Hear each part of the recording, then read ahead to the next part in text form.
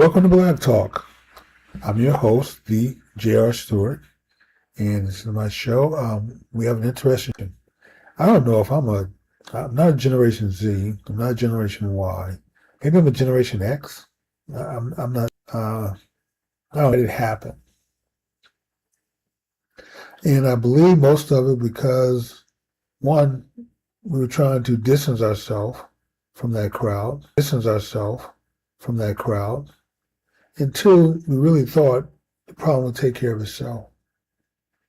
It did not. It just got worse. So let me go back a little bit, and then we'll come forward. So I need to put this in proper context. My grandparents' generation and beyond laid the foundation. They did the hard work. They made the sacrifices. They worked hard and they fought against the system the best they could. But they were dealing with real racism, real problems, systemic racism. It was built into law, built into the system. They dealt with it the best they could. And they really laid the foundation for where we are now, to hopefully make a better world. They didn't have much in the form of wealth. So what they could do is try to make the world a little better place. These people were heroes. They were God's people, truly. They read their Bibles. They believed in God. They believed God would deliver. God did deliver. Except you have to be careful sometimes what you pray for and what you ask for. We live in a world that's dominated by devils. And I'm not talking about the horned creature with a forked tail and pitchfork and that takes souls to hell. No, that's not the kind of devil I'm talking about. The devil I'm talking about is the devil nature in people, primarily the white, Anglo-Saxon, socialist, progressive, communist, Marxist, Democrat, the progressive, Democrat. These are some of the sickest people you ever want to meet. Corrupt people. They can't be happy unless everybody's unhappy. They're just miserable people. Very miserable people. And they spread their misery. They do the absolute best to spread. They can't feel good about themselves. They don't feel good about themselves. So they have to surround themselves with people that they feel that they can be superior to.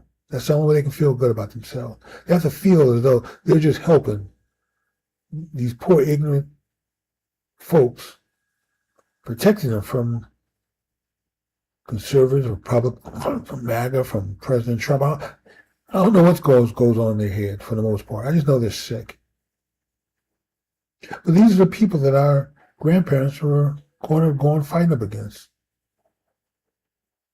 And the mistake that our grandparents and beyond made is they were fighting for acceptance. It wasn't just civil rights.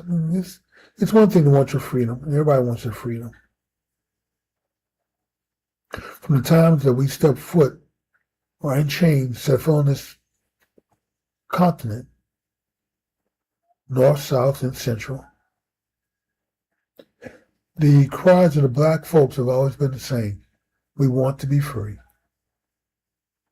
But we kind of went away from, after gaining freedom, after the Civil War in 1865, after the Brits bought up the freedom of pretty much all their colonies at a great expense to the crown. About 20% of their national wealth went to buying the freedom of slaves in their territories. Then America and the Brits patrolled the continent of Africa to pretty much shut down the slave trade. And of course, you guys know the battle we had here with slavery. Yet Burke Society and other abolitionist groups who fought against slavery, the folks up north fought against slavery. It was such an ugly institution to them, distaste in their mouth, wasn't palatable to them, that we ended up having a civil war because southern states decided to leave the Union over slavery. It wasn't states' rights. It was the right to have slavery. That was what they're fighting for. Folks up north, the Union armies, had to fight to reunite the country and put an end to slavery once and for all. That white liberal, socialist, progressive, communist, Marxist, Democrat was on the wrong side of the Dred Scott decision, where the Supreme Court, well, pretty much the country had sort of isolated slavery to the South. There were lots of territories that wanted to join the Union. And the condition was that you were not going to be able to join the Union as a slave state. So slavery was going to be limited to the South. That was sort of the compromise, Missouri Compromise. You keep slavery for now, but as the country expands, the new states would not be slave states. And the thinking was eventually they have enough critical mass because most of the population was down south.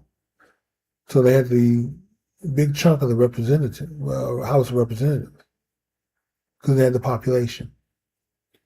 And the thinking was that the anti-slavery coalition would gain critical mass as new states came in, more anti-slavery representatives, 2 more senators every time a new state was added. Eventually, they'd be able to outlaw slavery. Well, the South saw this coming. They fought against the Missouri Compromise, and they finally won when the Supreme Court ruled that Congress did not have the right to dictate, pass laws for the territory. They're not states yet. They're not part of the United States. How are you going to tell an area that's not part of your country what they can do or can't do? So they undid the Missouri Compromise. Great victory for that white, progressive, white liberal, Southern, progressive, communist, Marxist, Democrat. All wrapped into one, yes. Great victory for them. And that white liberal has been on the wrong side of Dred Scott, Brown versus the Board of Education. In fact, every Supreme Court decision that advanced civil rights for black people, they've been on the wrong side of it. Passing on the 12th, 13th, and 14th Amendment, getting rid of slavery, making free slave citizens. Yeah, they were on the wrong side of those too. Didn't vote for them.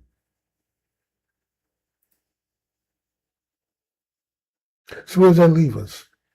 The reason I'm bringing up history once again, because when these people had a chance to do something good, they didn't. They did something evil.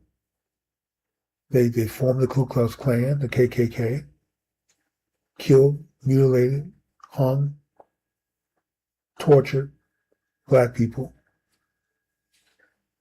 for simply wanting to vote and become part of government. They terrorized white teachers, Quakers, who came down south to teach black folks how to read and write. Well, first of all, a lot of the white folks down south didn't know how to read and write. The crackers. Now, before anyone gets upset, that's not a term I invented. I didn't create that term. That term was given to us by William Shakespeare. And it was to refer to people in South Wales who the Brits considered ignorant, stupid, no class, didn't know how to read, uneducated. These are the crackers who would get married by jumping over a broom. Oh, no, you thought that was a black custom. No, it wasn't. That was something we picked up from the crackers in our temporal proximity to the crackers as slaves. We picked up a lot of their bad ways. When the crackers migrated to the United States, the Northeast colonies wouldn't accept them. They were ostracized because they didn't have any class. It wasn't about skin color. These were white folks on white folks. They're decent, hard-working, educated. Well, I say educated, I mean people who are able to read. They read the almanac, read their Bibles, read the newspaper. They didn't want to be around people who were lazy, who didn't want to work, and who couldn't read. Stupid, ignorant. Or as they say down in Valentine, ignorant. And if you don't know the difference between ignorant and ignorant, everybody's ignorant of something. Even me, Mr. Know-It-All. There are some things, few things I'm ignorant of, don't know. But when you're ignorant, that means you're willfully stupid, proudly stupid. We picked up a lot of bad habits from crackers. Even our Southern preaching style. Don't believe me? Go read this. You do any research, read any historian that was around at that time writing about it. People wrote about these things. About the white preacher down south. The sermons. If you didn't know any better, you'd think they were talking about a black church, black Baptist church.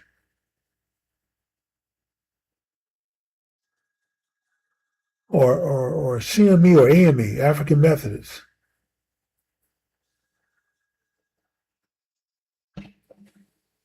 We picked up bad habits from the crackers. Poor whites and slaves. Too close to each other. A lot of slave owners didn't want their slaves to get too close to the poor white trash. Once again, not my turn. In the Democrat Party, after the Civil War, after slavery ended, the last thing they wanted, because even a cracker felt superior to a slave, the last thing they wanted was for black people to be educated, know how to read. See, I understand the slave owner not wanting black folks to know how to read or write. Because then you can sit there and write a pass, get through the checkpoint and escape. Read the signs. And, knowing how to read made you a powerful person.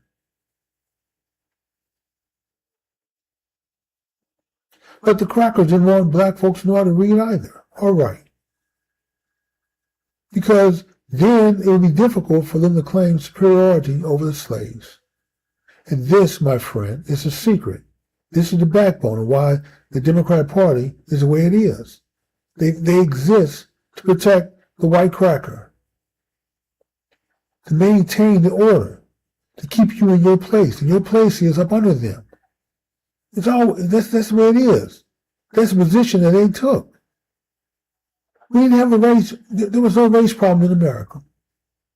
When slaves escaped the South, moved up north, they would get jobs, they would work, they would save up their money, they would get white people to take their money and see if they could buy the freedom of their loved ones.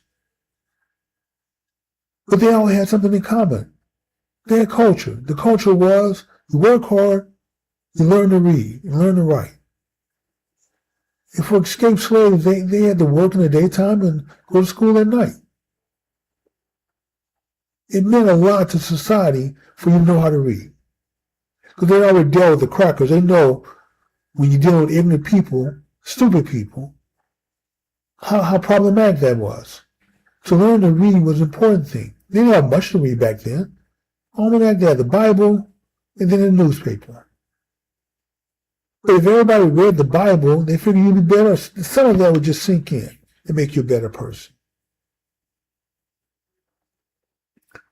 And so they didn't have a problem with black folks, freed slaves, or slaves that escaped to the north.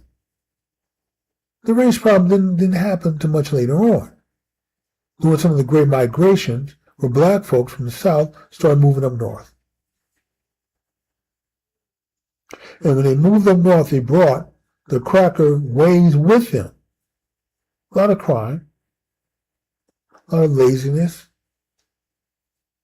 not valuing education. Cracker ways. These weren't black folks' ways, these are cracker ways. That we learned from the crackers, being too close to them. But our ancestors did their best. They did their best to fight against injustice. In fact, God went through a great deal to move 12 million Africans to America. And only about 600,000 ended up in the United States of America. The other millions ended up in Central, South, the Caribbean. That's not to say that somehow we had less than everybody else that made it right. No, it didn't. I'm pointing all this out to put things in proper historical context. And so our ancestors did their best. They laid the foundation. They were decent people, hardworking people. All they wanted was to be left alone and have a chance. I told you about the schools, the first 4 black high schools, how great they were. Excellent. Because if you had a chance, man, if you had a chance to go to high school, you didn't have to work the farm to support your family. You could actually go to school. Your family could afford to send you to school. You know how big of a deal that is? It's the same way with Asian kids. When they can't get into the schools in their country, they come here to America and disrupt the grading curve. Indian kids, same way. Indians think that they are superior to black folks. They think they're smarter than us. I've encountered that because I had to work with Indians before. I don't have anything against them. You know, I'm glad that you think highly of yourself. I think highly of myself. But with 160 IQ, you're not going to make me feel inferior. There's nothing that you know if I don't know it, I can figure it out.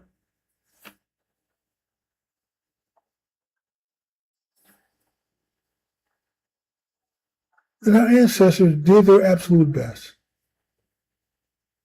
They protested. They marched peacefully. I'm always impressed. Women with dresses on, their pearls, they had their hats. Men with slacks, shoes, polished shoes, ties. Nobody was sagging. No warm-ups. Suit jackets. They looked nice. These were decent, hard-working people, simply fighting for civil rights. Unfortunately, they were fighting kind of for the wrong thing. They were fighting for white acceptance. Really, I mean, that's how they saw civil rights. That white liberal brought us separate but equal. So we couldn't eat with white folks. We couldn't drink out of their water fountain. We couldn't go to their bathrooms. And so we thought being made whole meant being able to go to the same bathroom that white people use, drink from the same water fountain, sit down and eat the same lunch counters, sit in the front of the bus rather than the back of the bus, not have to give you a seat up to a white person.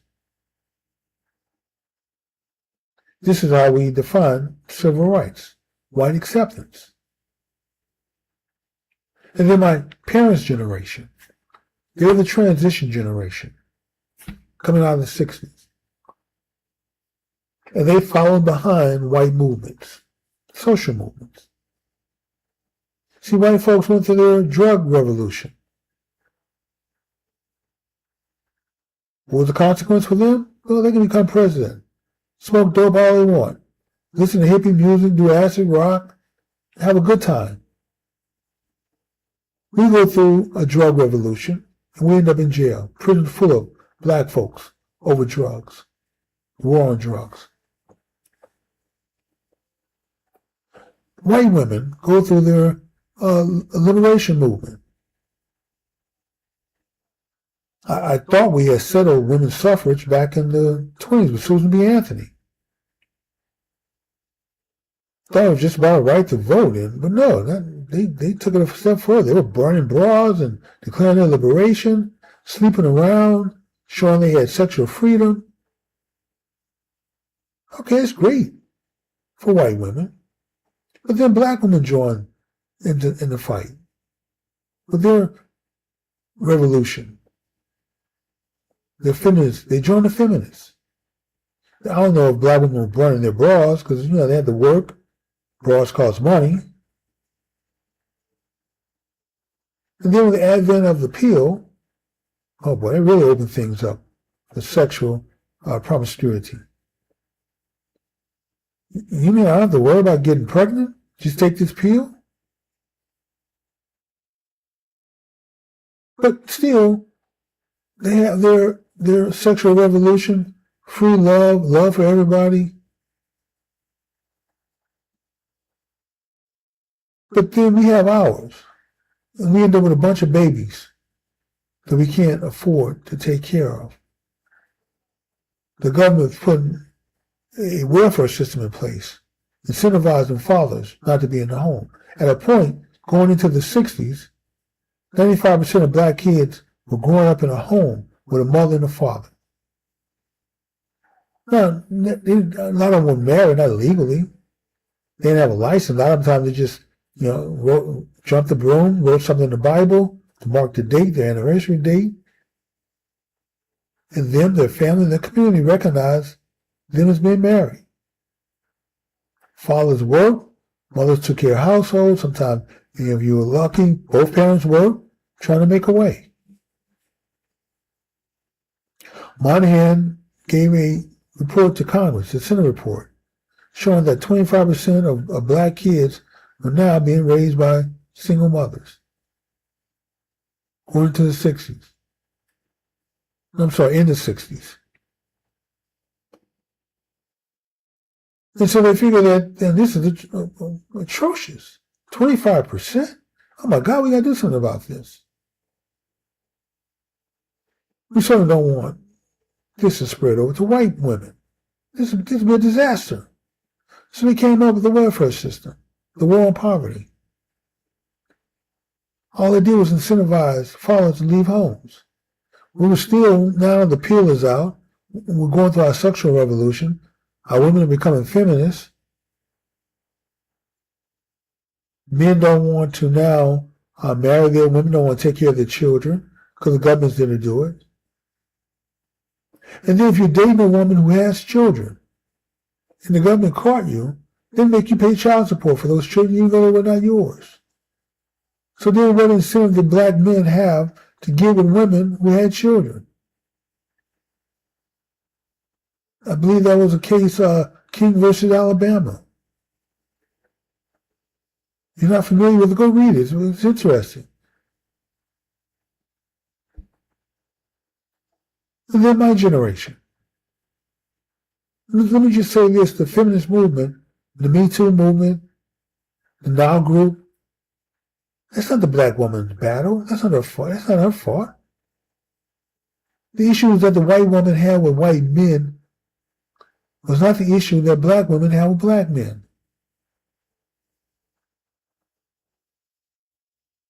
White women don't have a problem keeping most of their men at home. Some of the men have affairs, have little side things, but still, he's at home. Now, over 77% of black kids are being raised by a single parent. Most of those are women. The vast majority of them are women.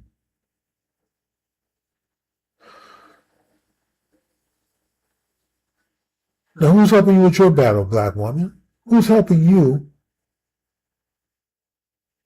stem the tide, turn this thing around? You know how bad it is and dangerous it is for kids to grow up without a father. Who's helping you with your battle, your issue? Where are the white women? Where's Now? Where's the Me Too group? Where's the feminist movement to help you, black woman? They're not there. So you were bamboozled. You were snookered behind the red ball. Now let me get to my generation and black men. We have absolutely failed. I mean, my parents' generation sort of laid a foundation for the failure. We got away from raising our children to try to do things like white folks do it, timeouts, standing corners. I remember growing up, my parents never whooped me. My mother, she's a sweet lady, loving lady. 5 children, I don't think she ever whooped any of us. I don't care what you did. She still loves you. She fussed at you. She let you know how much you hurt her feelings. So you want to do good simply because you don't want to hurt her feelings. My father's never spanked me, but he was intimidating.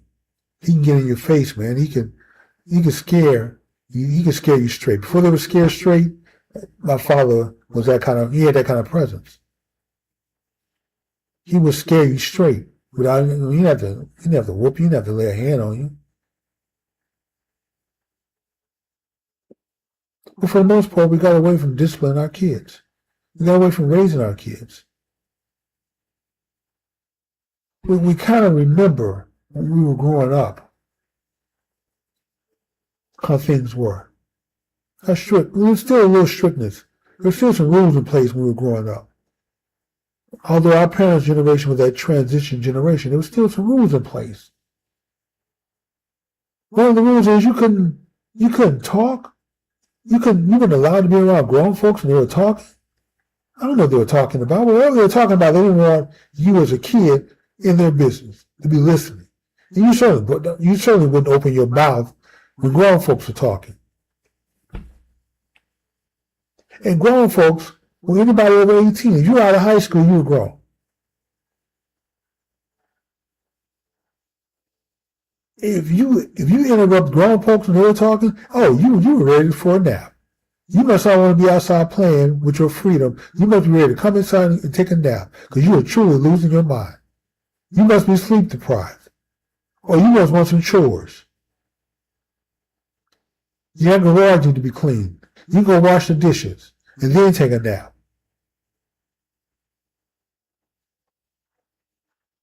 No, you didn't go around grown folks when they were talking. You didn't open your mouth when they were talking. Well, if you were in the room, you better be a fly in the room. You better be so still and so quiet they don't notice you there. Stature.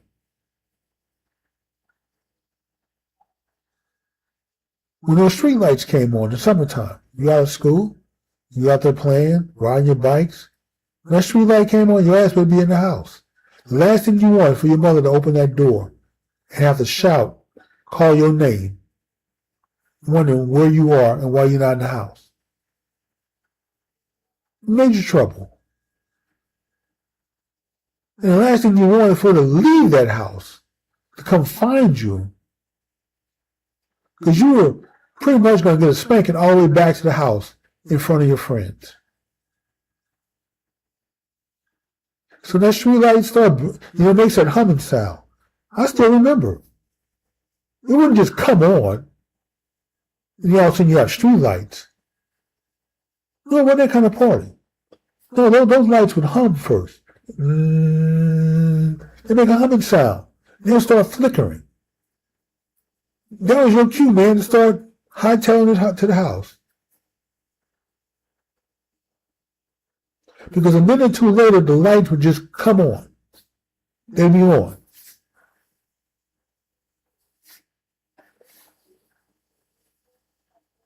That was just the way it was.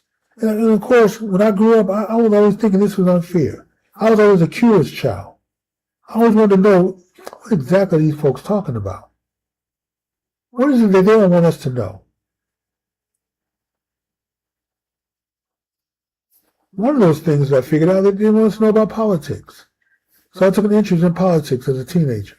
Tried to learn about the Republican Party and Democrat Party. Studied them. Went to the library. We do some research. See, we didn't have all the information at our fingertips at that time. We didn't have computers. At least I didn't have one. Not access to information like that. Not like we have it today. No AIs. No Google. No Bing. No ChatGPT. No Gemini. No Grok.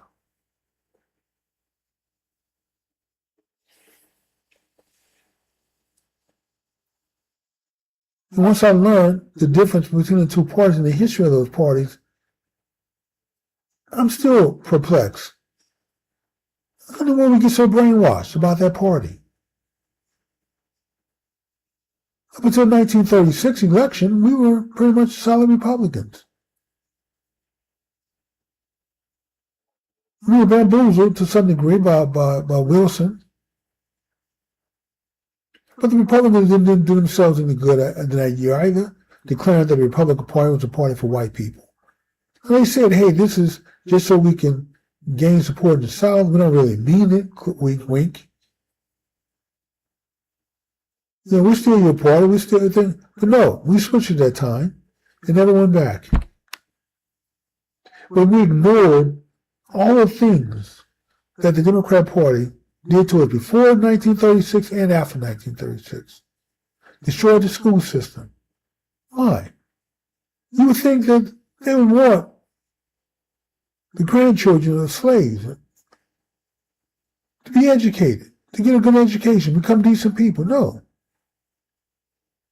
When they discovered that you had excellent high schools to send your kids to those Dunbar high schools, those 4 Dunbar high schools, D.C., Baltimore, Lexington, Kentucky, Fort Worth, Texas, I don't know, those kids would come out of school with an associate degree, the equivalent of an associate degree. Universities recognize that education to be so superior that the kids who went on to college would graduate in less than 4 years. They walked in the door with a year or 2 of college credits under their belt. That's how good the education was. In high school. That white liberal couldn't stand that. Can't tolerate that. Had to destroy that school system. Couldn't bring the Klan in and just burn schools down anymore. They weren't that kind of party anymore.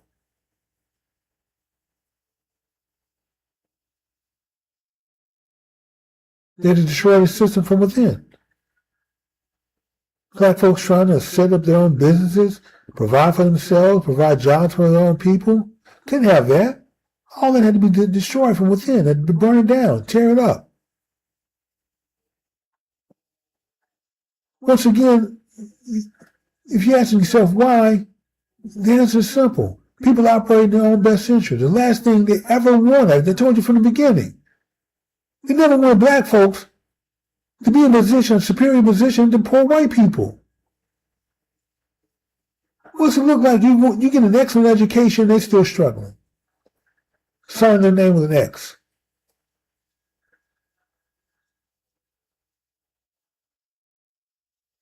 You're going off getting good jobs, professional jobs, putting on decent clothes every day, making a decent wage.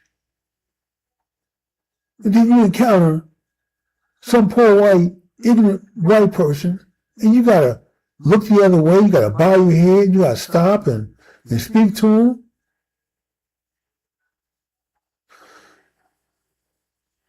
Last thing they ever wanted was for you to ever feel that you were out of place. They just thought that you could have a place, you can define a place for somebody else. Your place is not to be my equal, not to look me in the eye. You have to lower your head down when you talk to me. You have to speak. You have to be respectful. If you're a black man, you certainly will get in trouble just by looking at a white woman. You can get lynched for that. Many black men have died because white women just accused them of looking at her. God forbid if she accused you of touching her.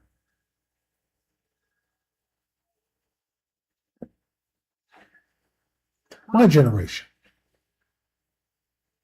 Transition. And we went from taking the things that we thought was unfair.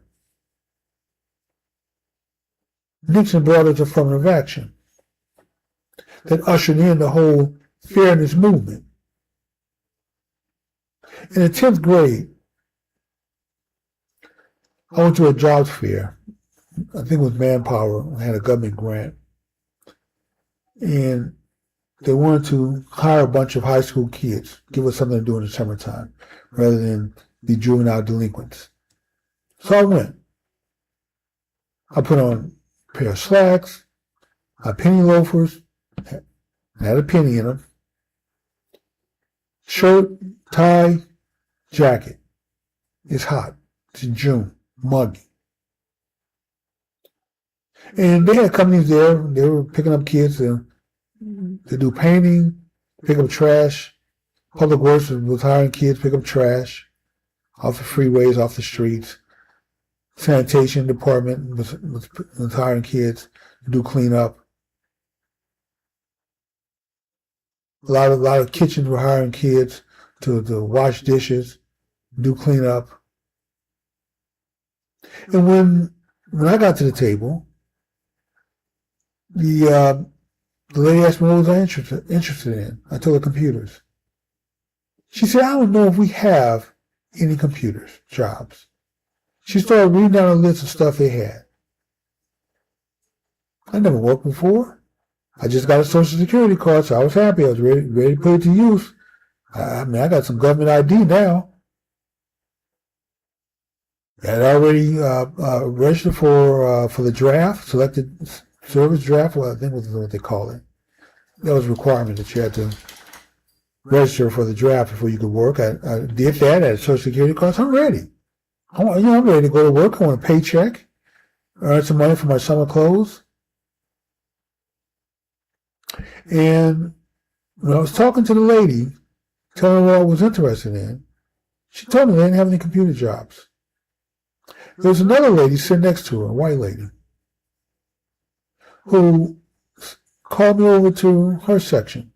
She said, I'll take him. She said, come here, son. So I got out of the line and went over to where she was, sat down in front of her. She said, I have this job that I was saving. But you look like a good kid, so I'm going to let you have it. And that was a job, my first job was a mobile law. I worked in the computer room. Now, to date myself, this is back when the IT department, the data room, was entering data into the mainframe computer with punch cards. They had women there who would take the information. They had a key punch machine and would punch the data in on the card. So my job was to take all those cards, thousands of them, put them into a card reader. The data would get read to the computer. Then I had to take the box punch cards, put them in a box, and to make sure I didn't drop them or lose the order, and then we stored them away. Then when people executives order printouts, you take them off the printer, I'd find out who it was for, then I had to go take it to their office. So that was my job. And for that, they paid me $7.16 an hour, which at that time was a lot of money, because minimum wage was $2.75 an hour, or $2.80, $2.75 or $2.80. So I made more than twice minimum wage my first job. And there was a black guy there. In fact, there were 3 people there that I made friends with. One guy, a white guy, who was very gay, flamboyant gay, Liberace gay. But I learned fashion from him. He was well dressed and always smelled great. I mean, his clothes and match, the colors. I wasn't very good with colors. I was a gray guy, still am. But there was a black guy there also. He told me, put me aside one day when it was just us, nobody was in earshot. And he said, he's been there a couple of years, and the company would always hire 2 white students to do this job during the summertime, internship, co-op. He said, you must be here on affirmative action. Well, I didn't know what affirmative action was. I think I kind of heard it, the term before. I knew it was something that Nixon put in the law, but I didn't really know the ins and outs of it. So, of course, I was looking confused, and he decided to expand on it. He said, that's where companies have to hire black people. Really? That's what that means?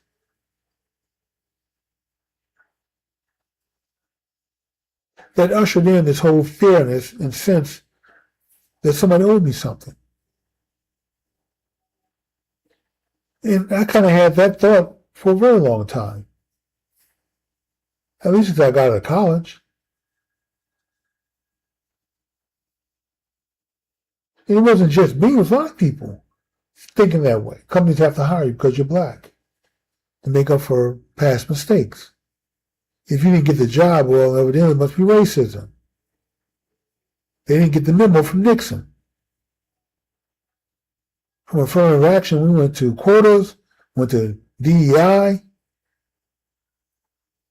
We're just now starting to unravel it all under President Trump.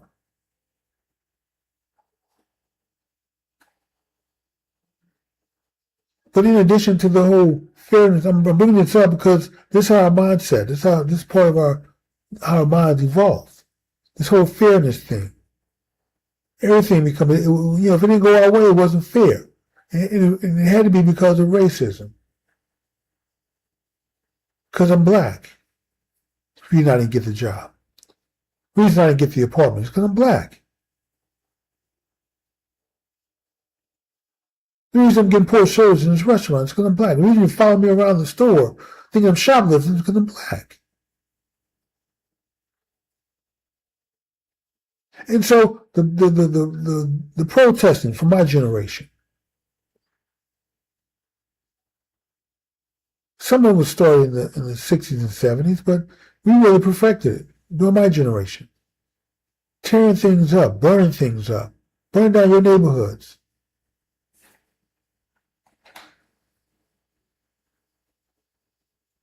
Sagging became popular. I'm not sure how, because when I look up the history of sagging, it comes from prison.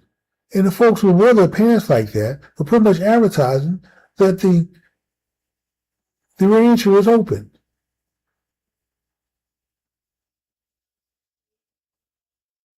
It was a way for prisoners who into man-on-man love to let folks know, this is who I am. And somehow that concept of sagging, having your pants hanging down off your ass, became something that a lot of young boys, young men started doing. Became popular. And the men of my generation didn't stop it. Because the fathers wasn't around. Young boys being raised by their mothers, doing the best they could. But time out and stand in corners, we're going to fix this. Mama's love, we're going to fix this. All the misogyny that kicked in during this period. Our black women became bitches and whores. Not to be valued, not to be put on a pedestal, not to be praised for what they bring to your life. Oh no.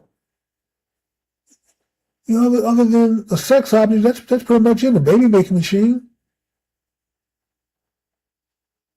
A lot of men went through this whole anchor baby thing.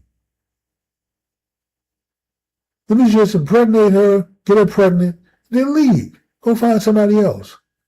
Because no other guy's going to want her with a baby. So I can just crawl back over there anytime I want to, because she doesn't have anybody else. And now I have a little harem going. I got 3 or 4 baby mamas, kids I can't take care of, don't want to support. Didn't want to be a father anyway. These babies are just anchors to keep somebody else from getting with them.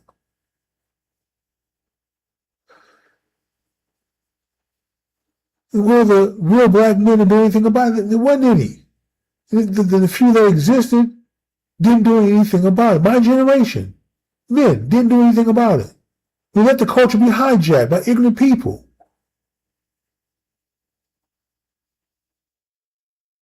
Being an ignorant fool became the cool thing to be.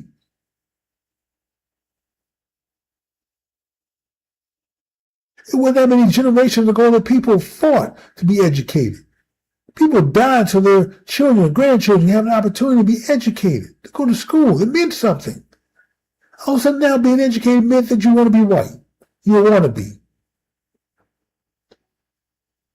Because being an ignorant fool was a cool thing, was a cool way to be.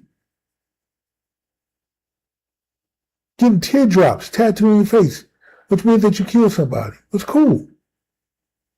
Being part of a gang was cool. Colors, cool.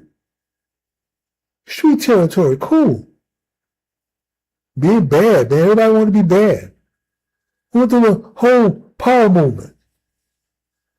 Shaft, Foxy Brown, Bad mothers, man. They kicking white folks in the ass. They doing all kinds of things.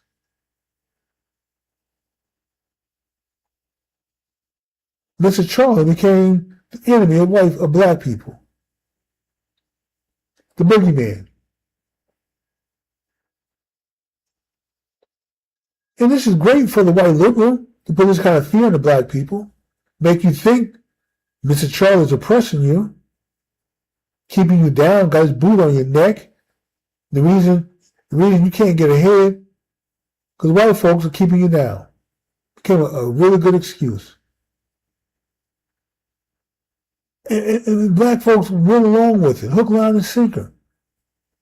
In my generation, men from my generation did nothing. Couldn't counter it. If you spoke out against me, you were ostracized. I know this. Becoming a black conservative Republican at the age of 16, I had family members who stopped dealing with me, friends who stopped dealing with me. People look at me with scorn. I can't believe you're a Republican. With disgust. As if I just slapped their mama or something. Kicked their baby in the head. The cancer culture was kicked in before there was formula cancer culture. And so, black men just stay quiet. Let the ignorant hip-hop, gangster rap, dope-spoken, ignorant fools run our culture into the ground. And this is where we are now.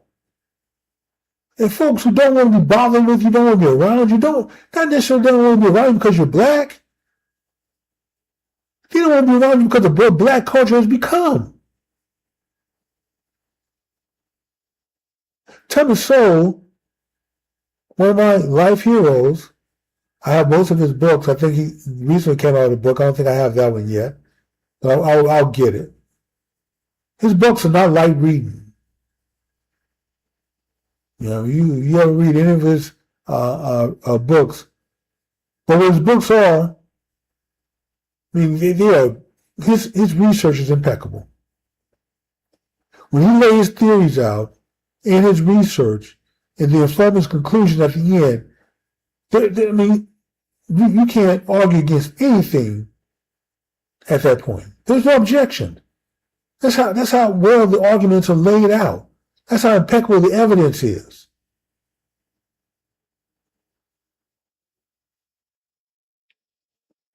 There's not a person in America, in the world, who would have a problem having Thomas Sowell as their neighbor. Generous soul, kind, respectful, super intelligent.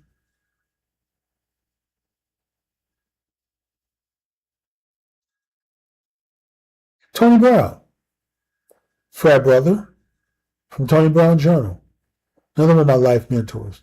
I've only met him once when he came to New Orleans. I was fortunate enough to go hear him speak. Super nice man, super intelligent. Nobody would have a problem living next, having Tony Brown as your neighbor.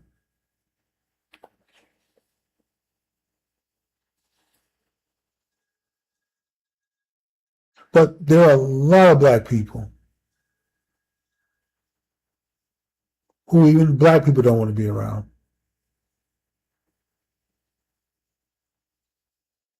And I'm one of them. My wife is one of them. If you are peaceful, hardworking, keep to yourself, mind your business, neighborly, we don't care what color you are. White, black, red, brown, yellow. You can be an alien from Alpha Centauri. We don't care. We've opened our home up to people in our community for tailgate parties. We've gone to their houses for dinners and tailgate parties. This used to be our thing until recently, until a couple of our neighbors moved out. That kind of broke up. Some of the new people moved in. We just hadn't gotten close to any of them. They're younger. A little different vibe. But anyway, that's the way it used to be. And we didn't care. I mean, some of them were white, some of them were Hispanic.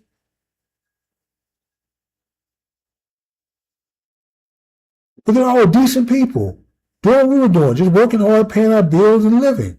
Not bothering anybody, wasn't trying to be bad to that, wasn't trying to have juice, wasn't trying to impose ourselves on anybody, take from anybody, wasn't being a parasite. None of that. We didn't care what color they were, they didn't care what color we were.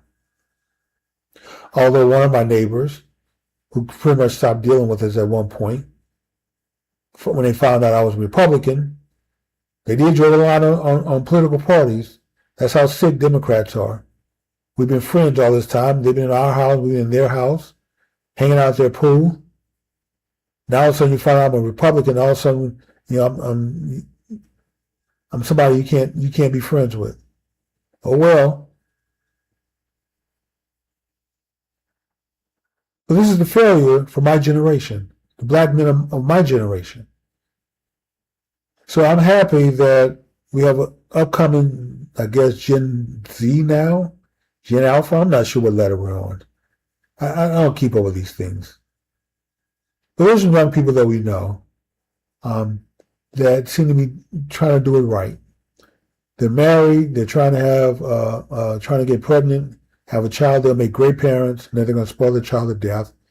Before I put my application in to be a godparent. I tell them how proud I am of them. Whenever I talk to them, I let them know. And I'm looking forward to seeing where the next generation is going to, what they're going to do. Are they going to take the culture back, stand up, be real men, take charge? Or are they going to continue to let the stupid, ignorant, hip-hop, gangster rap, gangster wannabe crowd steer the ship on our culture? Now things are starting to change. There are a lot of black people starting to raise their children, push them towards excellent education, which is good. This whole wannabe white thing is starting to die down a little bit. It's not gone. It's not eradicated. Far too many of our kids still can be ostracized and charged with wanting to be white simply for wanting to get an education, for speaking decently, for striving to have something in their life. So I'm glad to see things are starting to change a little bit, but we need critical mass. We can't afford for things to continue to change just a little bit. So we need to step up, black men. Step up. If you have children, try to be involved in their life, even if you're not involved in their mother's life. But if you can get back with the mother and reunite your family, do so. Go back to the black woman. Whatever misunderstandings we had that caused us to divide the way we have, we need to clear those up.